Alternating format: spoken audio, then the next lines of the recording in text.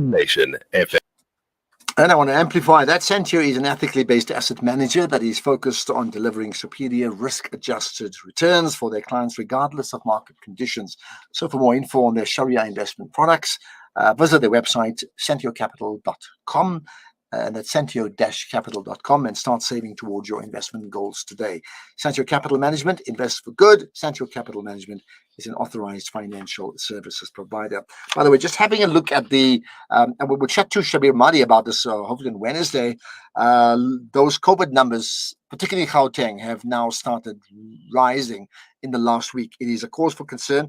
If you look at the graphs comparing to the previous four, the upward curve is quicker. It's sharper, but it's also quicker than even the fourth wave we've had, right? The previous one that we just sort of ended, the Omicron one. So huge cause for concern. It's still Ramadan, it's still Taraweeh, it's still Eid coming up. There's lots of people meeting up together. We know many people are vaccinated, but I think just do not drop your guard, or you may find yourself even during Eid being in isolation, in a different sort of isolation, which you don't really want to do. So just some reflection on that. Okay, let's talk about the Mayfair. The Mayfair Mosque is part of our fascinating feature on a list of the significantly historical mosques in South Africa. One of the reasons why we've chosen the Mayfair Mosque, because Mayfair traditionally a white area. In fact, so people of the Muslim faith did not live there, were not allowed to live there. And then when things changed, suddenly there was a need to establish a mosque there, and that mosque has been very much a centerpiece of the Mayfair area. So let's get to the story around the story with Haji Ebrahim Patel, who's the nephew of the late Haji Ahmed Patel, the person who actually built the mosque. So Haji Ebrahim, salam alaikum. Thanks for your time. Wa alaikum salam wa rahmatullahi wa barakatuh. Ashraf bhai, salams to you and to your viewers and listeners. Thank you for your time. So anyway, we're using you to reflect on how it all started. And you come from the same Patel family that started the Mayfair Mosque. So take us back to what you know about how it started, when it started. Like you just mentioned, that it was during that apartheid era, and it was mainly a white area. And Indians were just beginning to buy properties and houses and trying to move, because it was more convenient for them to go to the work, people working in the plaza and all that. And my uncle was living that time in Roodepoort. And he acquired 8 plots in Mayfair for building houses for him and his 3 sons. So they wanted to build 4 houses, each on 2 plots with nice gardens and everything. But at that stage, Haji Patel was a good friend of my uncle. And Haji Patel told him, look, there's a need for a mosque. So allocate a little portion of that ground of yours for a mosque.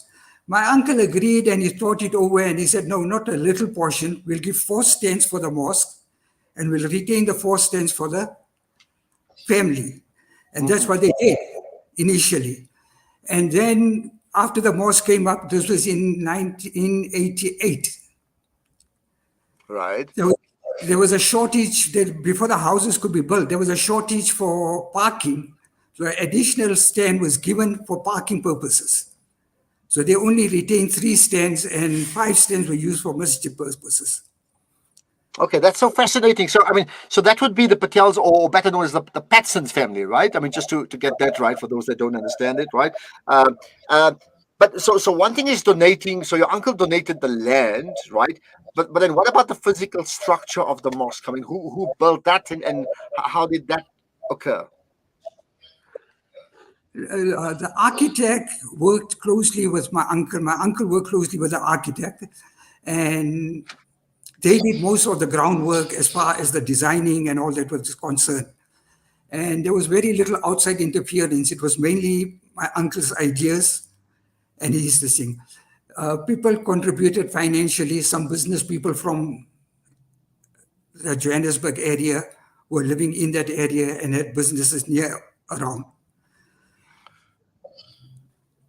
And very quickly, therefore, that mosque, and I'm certainly aware of it. Having lived in the Homestead Park area, but certainly in the Fordsburg area over the years, understood that mosque. We had the Newtown Mosque, and then suddenly this mosque, which is closer to the residential areas, became the centerpiece of the whole Mayfair Muslim community, right?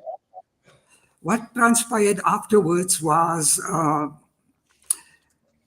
lot of foreigners and people from India, Pakistan, Somalia, Uganda start moving into the area, and the mosque became too small.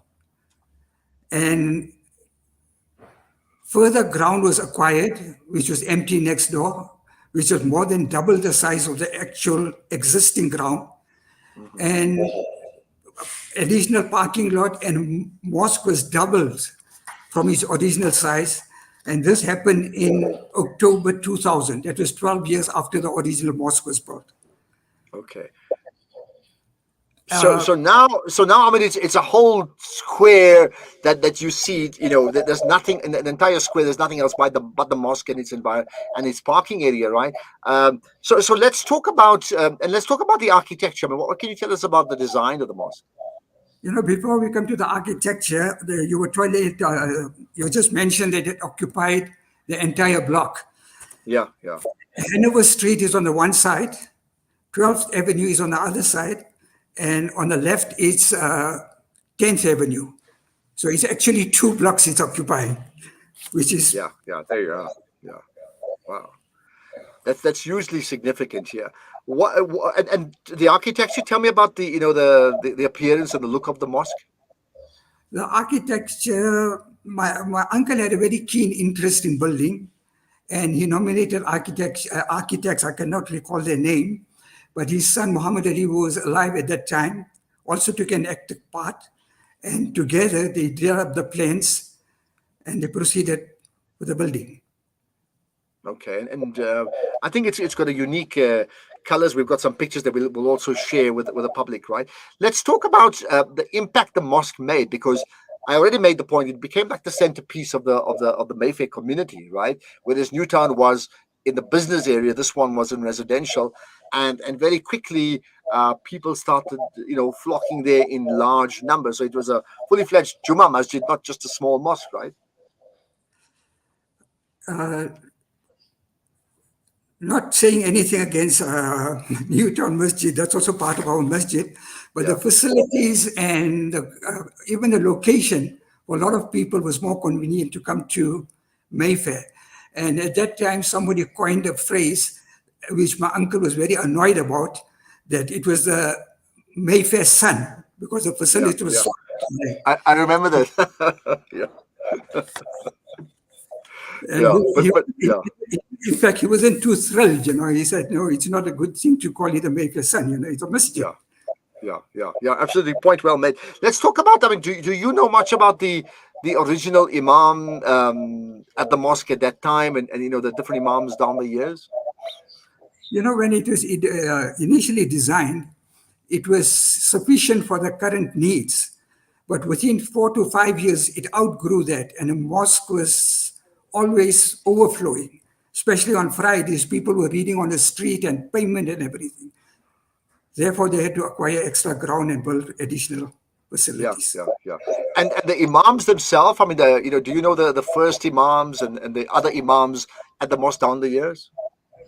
We had quite a few imams. We had an imam, Hafiz Ajmeri from India also, who lasted a few years.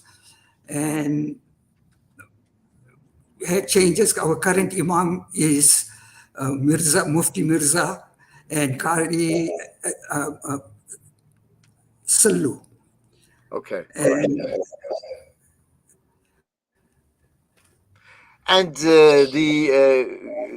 talk to me, I mean, about the impact the mosque is making on the area now, and its role in the community. Yeah.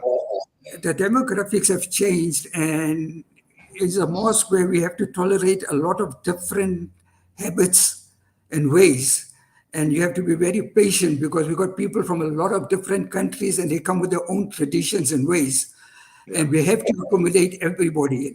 We cannot impose upon them our ways. So we have made a policy at the mosque. Even the speakers we get for Friday, we've told them that, look, we need to use this mosque for nation building, and not controversy. So we do not allow anybody to speak on any controversial subjects. We speak only on unity and nation building as far as the member is concerned. Okay. Anything else that you'd wish to add before we wrap up? No, not really. I hope this little bit information gives some insight to the people. We do have occasionally open days for different communities, different faiths. We had an open day recently for the ladies of the area because the ladies go past the mosque. We've got a ladies section, which is rather small, but they always wanted to know what the mosque looks like inside. So we had one Sunday open for them, and we had quite a good response. People coming to look at the mosque, see the facilities, how things are made. That's it. Yeah, well, it shows you. I think there's a big demand for women understanding their role in the mosque structures. But Haji Ebrahim Patel, thanks for your time, and thanks for sharing that history of the Mayfair Mosque in Mayfair, Johannesburg, initially inspired by Haji Ahmed Patel, the person who built the mosque, together with was it Bai Party? I think you made the point, who planted the seed to say, you know what, build a mosque, and I think the community therefore are beneficiaries of just that. So thank you for your time. Assalamu alaikum. Wa alaikum salam wa rahmatullahi wa barakatuh. There we are, Haji Ebrahim Patel with fascinating story. Who else? We've got maybe 4 days left for this show, and still the chance, perhaps, to cover your mosque is one of the most significant mosques, historically significant in the country. You just let us know which one it is. Maybe we'll consider it. Let's see what we can do. Right. Well, that's it for today's show. So. We'll do it again tomorrow as part of the entire team. Thank you as always for being a part of it. Coming up next, Juz 24 of the Holy Quran recited by Sheikh Mahir Al-Muwakli. So that comes up right after this. Assalamu alaikum.